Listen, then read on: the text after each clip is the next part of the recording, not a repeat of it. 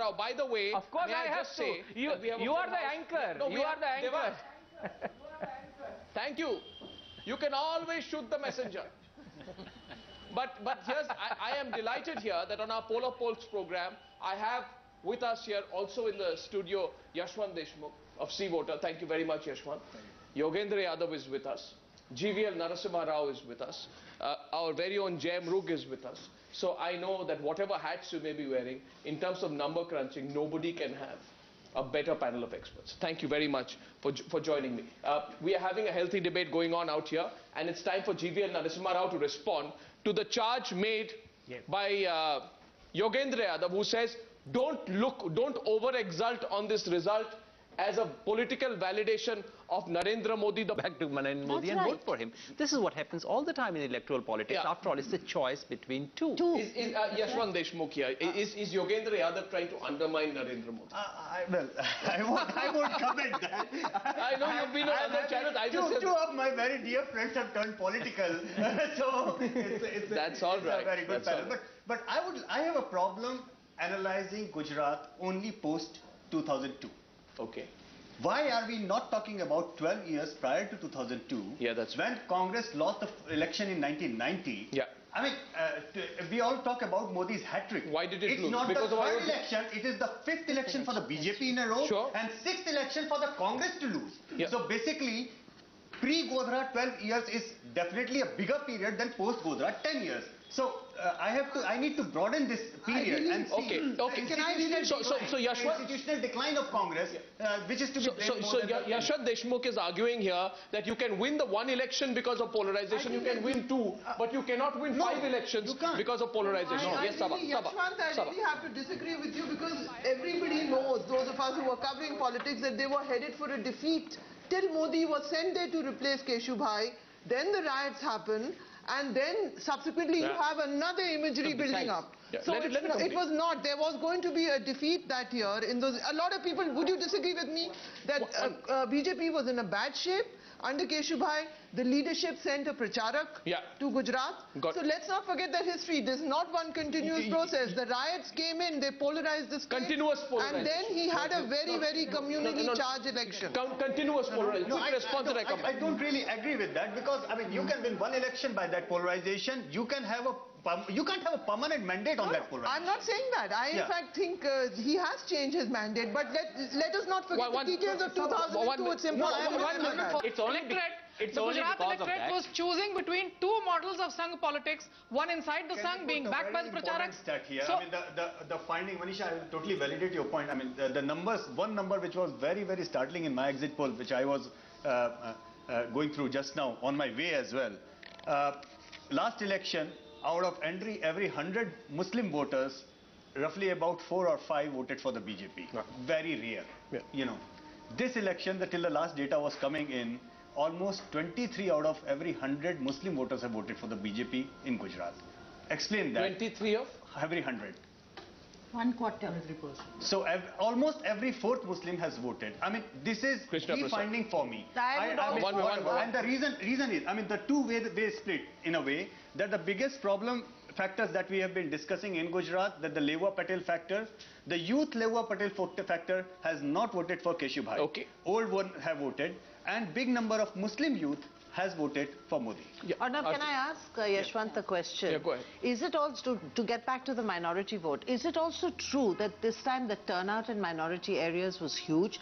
Because this is what I've heard. It was between 80 and 90%, which would suggest that minorities were not scared to come out and vote. No, I don't know who they voted for, but I mean, that's the general perception, that they're living in fear and they're insecure and so on. But they came was even bigger.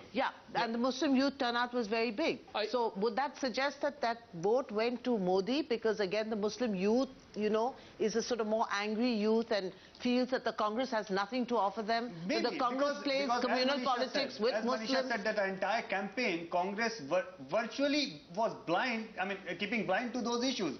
Not even no, they did not even raise a single point of time feeling that Modi would, you know, counter benefit out of. And the question that comes out of that is how many, and this is the no watch it. No. It is very sad to discuss. Is that Mr. This is not an election. Second, sir, please don't say we have a narrow prism. The fact of the matter is we have to analyze where the minority vote went. It's not a narrow prism, Mr. Rao, because Yashwant Deshmukh actually says 23% of the minority vote, as per his statistics, have gone to your party. That will have to be analyzed. It has to be analyzed. There's nothing unusual in the analysis of that. It's very unusual, and just to put the thing in the perspective, Yogen might validate me, he remembers the Bihar data as well. This 23% is better than what Nitish Kumar got among the minority voters in Bihar.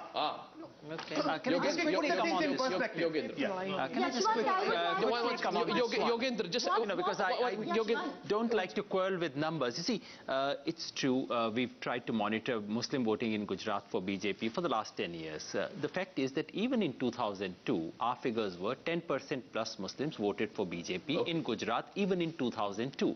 Who were these? They are living in Kutch, quite remote from the riot areas. These are people who live on the fringe and edges of society. And gradually you would have expected, you've not had series of riots of course, so you would have expected people to begin to make peace with life. Just as Sikhs have made peace with the Congress over the years, things changed. You would have had that. That they have learned to make peace with life doesn't quite mean that they like what is happening to them. That's quite a different thing. They're still looking for an alternative. I would like to just ask that, how many of these were Boras, Khojas, Memons? You know, the trading community, what he's saying, who want to get on with their businesses, make peace with life, and reconcile to the reality. I agree. Again, but my only point is that what I'm trying to say, Neja, is that this is certainly, if even by Yogen's record, it is more than double. And this is certainly bigger than the share what Nitish Kumar had in Bihar, which everybody talked about. So this is a big point. And it may or may not be the turning point. I'm not saying that. I totally agree with Yogen that voting for the BJP doesn't really mean that they are in totally love with the BJP. Good point. I just want to go to Krishna because he wanted to make a point earlier on the Muslim. No, I just want to make 2-3 small points. One of which is this whole issue of minorities contesting elections in this poll. Of the three parties, the only party which put up Muslim candidates was the Congress. How many? GPP 0, BJP 0, How many? Congress 6. 6. Is that enough? 0.2. 6 out of 182? 6 out of 179, I think. They didn't contest all 182. Point for NCP. That's a small figure. Point number 2. That's a very small figure. In 2007, in the previous election, assembly election, the BJP won more Muslim seats, more percentage of Muslim votes than the Congress too. You know, 12 seats out of whatever it was, 18. Secondly, and thirdly, if you transpose that to the Lok Sabha poll in 2009, it was the same issue. The point simply is this: whether it's Muslims, whether it's the scheduled caste, the BJP has won more seats than the Congress, both in 2007 and 2009. It's only the tribal seats that the Congress won more out of. But the point is the Congress has not done justice to its most loyal constituency, its most loyal base of supporters. This is a community which has stood by the Congress party through thick and thin. How much has the Congress party done justice to their aspirations and representation? Can I please come to Santosh, please? No, if you just look at the community, any community on the ground has to eventually engage with the government. Totally. And if you've seen BJP corporators, Muslims have been elected as BJP corporators. For the first time, work has been done in Muslim areas. That's just one practical reality of life in Gujarat. But even today, after 10 years of Modi, if you have more than 75% of the Muslims voting against Modi, that says something about what Modi faces when he has to make the next step up. That is his real problem. We're going to take a break.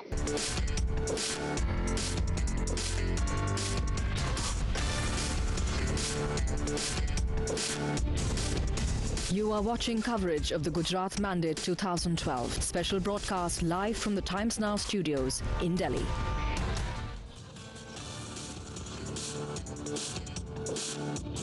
Welcome back to Mandate 2012 poll of polls. The number on your screen reflects the story in Gujarat at the moment. The BJP is heading for a big victory. 126 the number, which means that Narendra Modi would have got more than he got in 2002, more than what he got in 2007, and taking the BJP to its greatest ever number. Is this going to be, let's ask the Yashwant and Jay out here, if this number is correct, is this the biggest ever lead that the BJP would have got in Gujarat? I would say biggest ever. I mean, if it goes to 140, biggest tally. Yeah, I mean, of course, if it happens that way. Yeah. And let me tell you, there are about 36 marginal seats. When I say marginal seats, there are 36 seats where the margin is less than 3%, which is the statistical margin of error of any poll. Yeah. Out of those 36, 22 seats is Congress is leading them. Yeah. All right. So in these kind of waves, there is always a possibility of 1 or 2% things going in the marginal seat towards the winning party. Yeah. So if those 22 go towards the BJP, then we are looking at the 140 plus number for sure. Yeah, 140 plus number for you.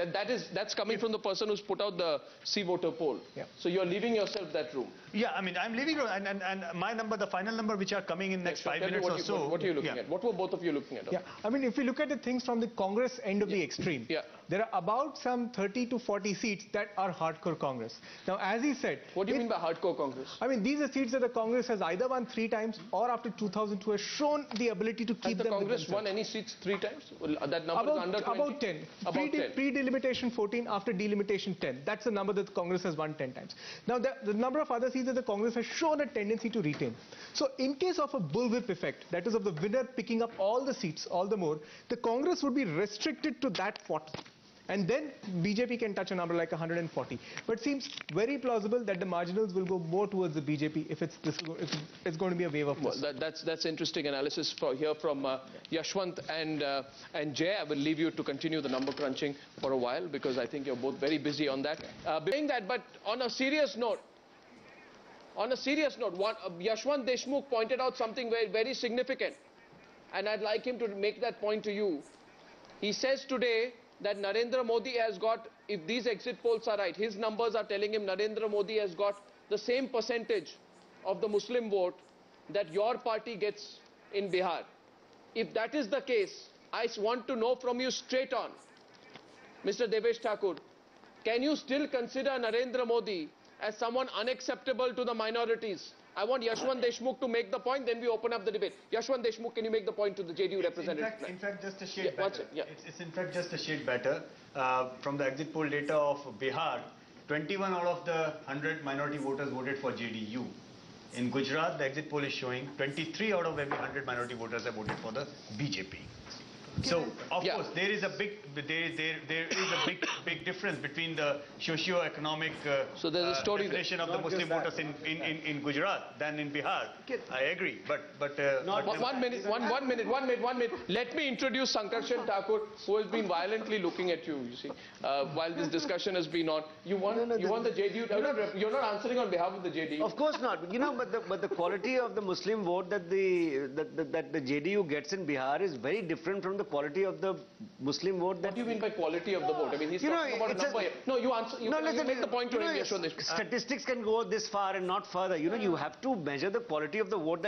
It's a surrendered vote that you get in Gujarat. No. Of course it is. No, one second. Manisha Priyam to Sankarshan. Yeah, you might disagree. If you look at the socio-economic quintiles of the voters who are voting for the BJP in Gujarat today, they may have made their peace. But they are saying that, look, 2002 is something we don't agree with, but we've got BPL cards, we've got a road, our man can go out and work. You know, if you're going to measure sentiment, it's no different. With one voter card and this and that. I cannot. It's a hypothetical debate. Please. It is not a Please listen to him. Listen to him. 1 minute. 2 panelists on this side, please. You know, someone has to be mad to say that Modi is getting a willing Muslim vote in Gujarat. I mean, it is an unwilling sort of, you know, they have no option. They have made, as you said, they have made their peace. And if you want to say that roads, ration card, and you know, this card, that card is the be-all and end-all of all human aspiration, I can feel sorry for you. By the way, you have. I want to point out that in the course of this debate, we have all gagged the JDU representative. Should we go to him first before we take the discussion forward? You know, just a minute. Okay, Nitish Kumar was in an active alliance with the BJP when he got these votes. The Muslim voters were as much gagged. That voting happened in Bihar. Manisha, how much can you deny? Oh God. You know, how much can you misrepresent a mandate? There's an alliance with the BJP. What you are suggesting is preposterous. that Muslim voters in Bihar were gagged because... he was in alliance with the BJP. The older generation, maybe yes. The gagged Muslim vote, the older generation, maybe yes. But the youth of Muslims... No. Preposterous what you're saying. Listen,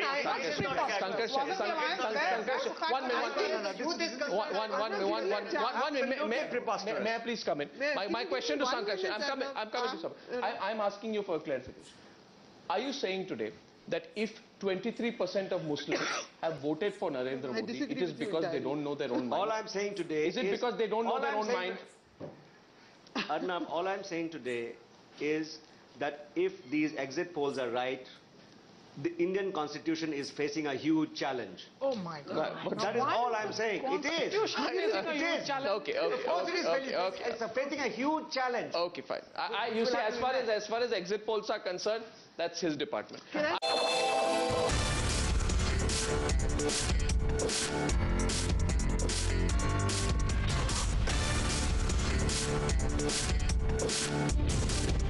You are watching coverage of the Gujarat Mandate 2012, special broadcast live from the Times Now studios in Delhi.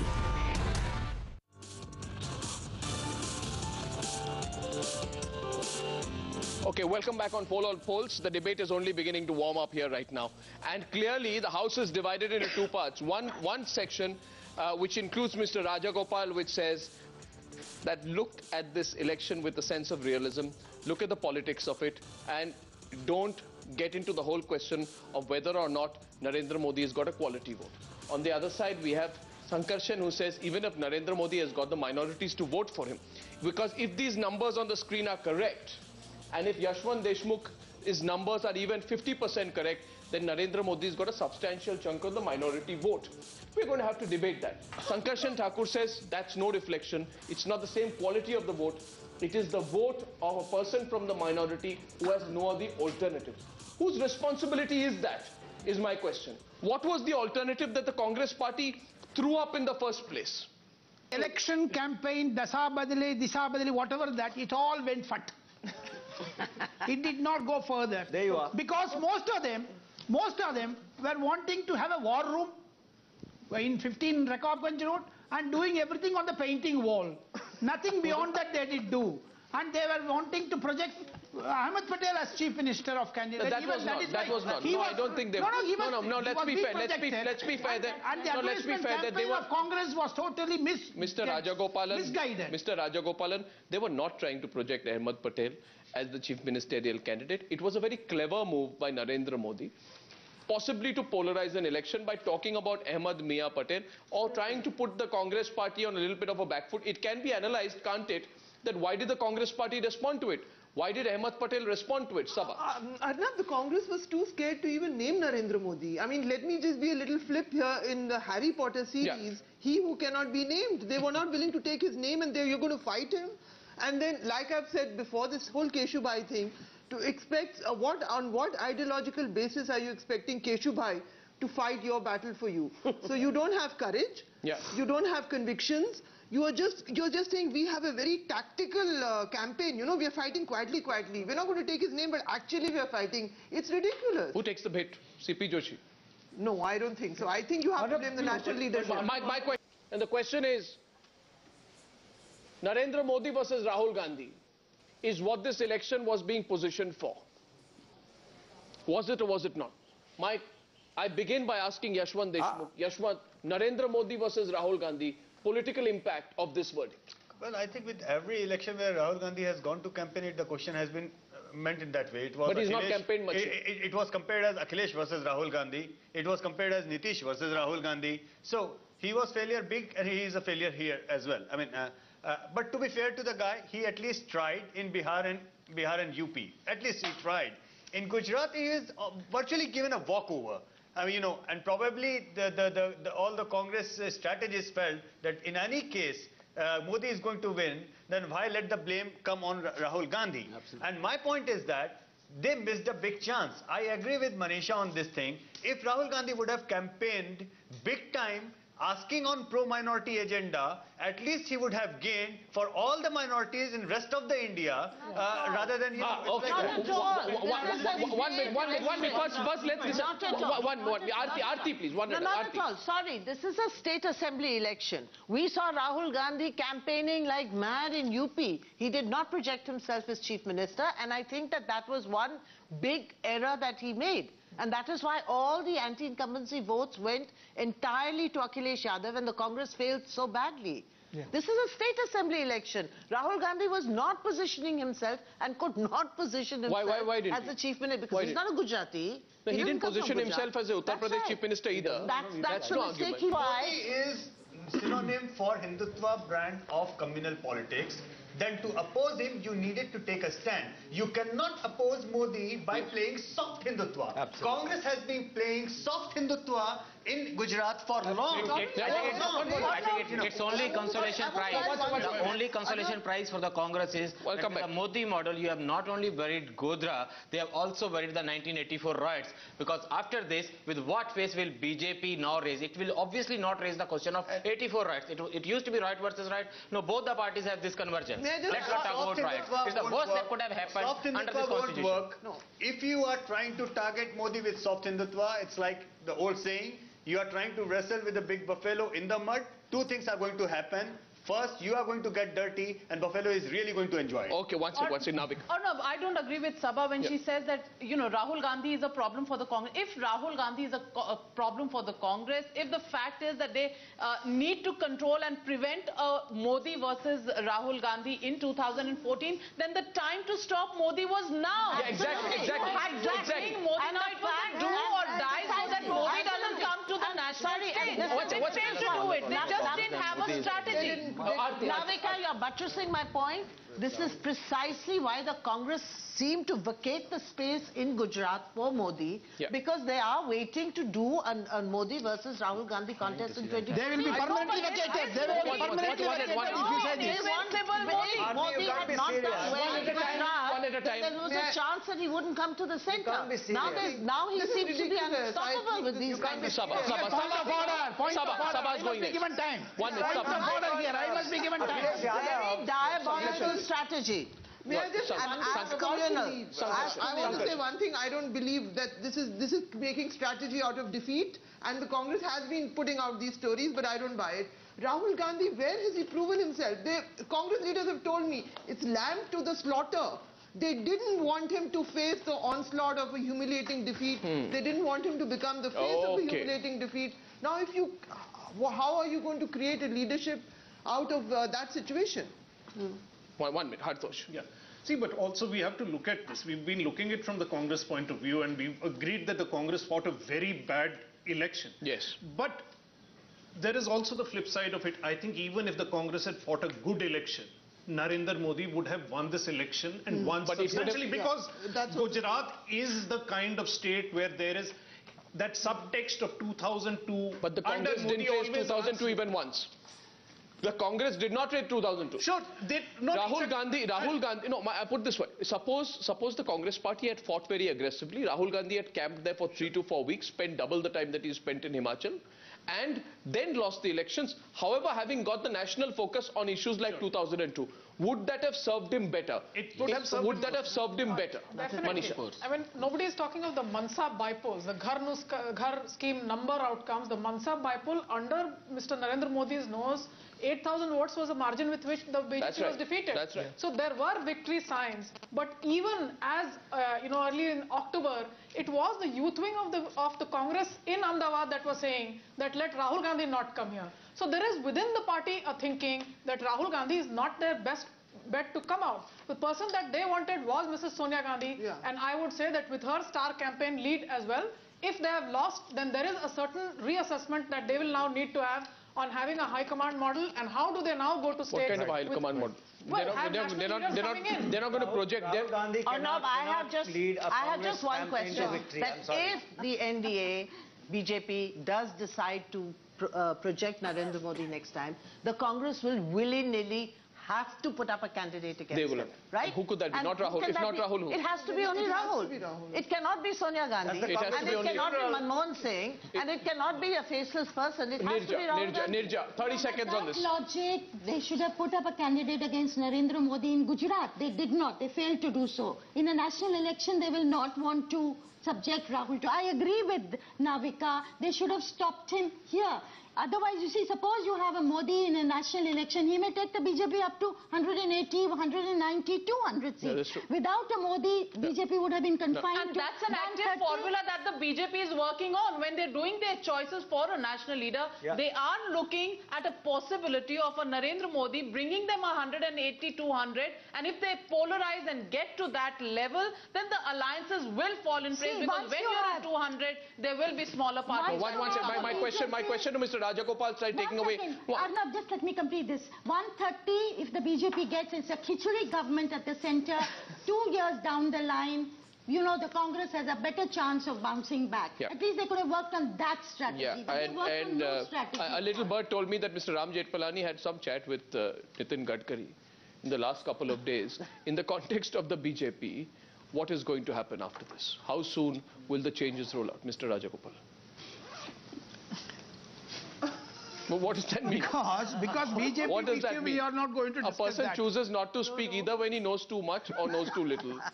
No, in your you case, can get on the record. Arnab, in nutshell, I can tell you, you said about Rahul and Modi. In Hindi, they say, 19-20 farak nahi hai, asman zameen ka farak hai. It is not like that. And to answer your question, Ram Jethmalani and Nitin Gadkari would be fighting against Modi only. That is why they were all cutting. Though Ram Jethmalani must be wanting Modi to be the Prime Minister, Nitin Gadkari may not be wanting. This type of thing may be happening. May I make a confession? May I make a confession?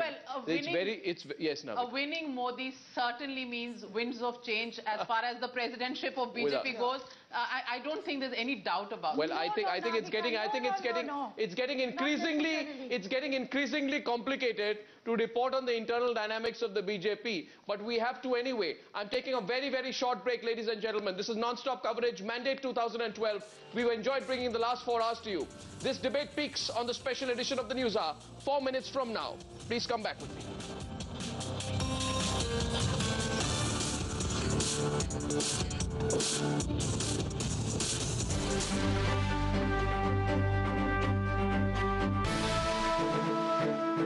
Let's quickly introduce our panelists here this evening here on the News Hour special. To my left, delighted to have Vinod Mehta coming back on our panel as editorial chairman of the Outlook Group. Thank you very much.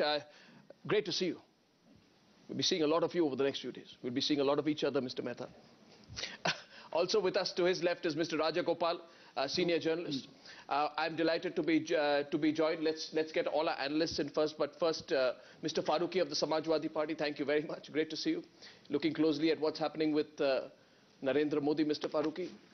And Bharat Kumar Raut of the Shiv Sena, thank you very much. Member of Parliament. Hartosh Singh Bal of the Open Magazine, political editor. Nirja Chaudhary, senior journalist. Manisha Priyam, well-known political analyst.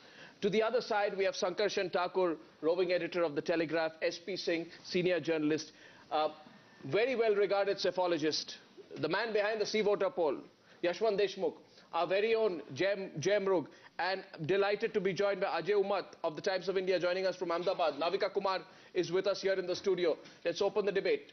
We have with us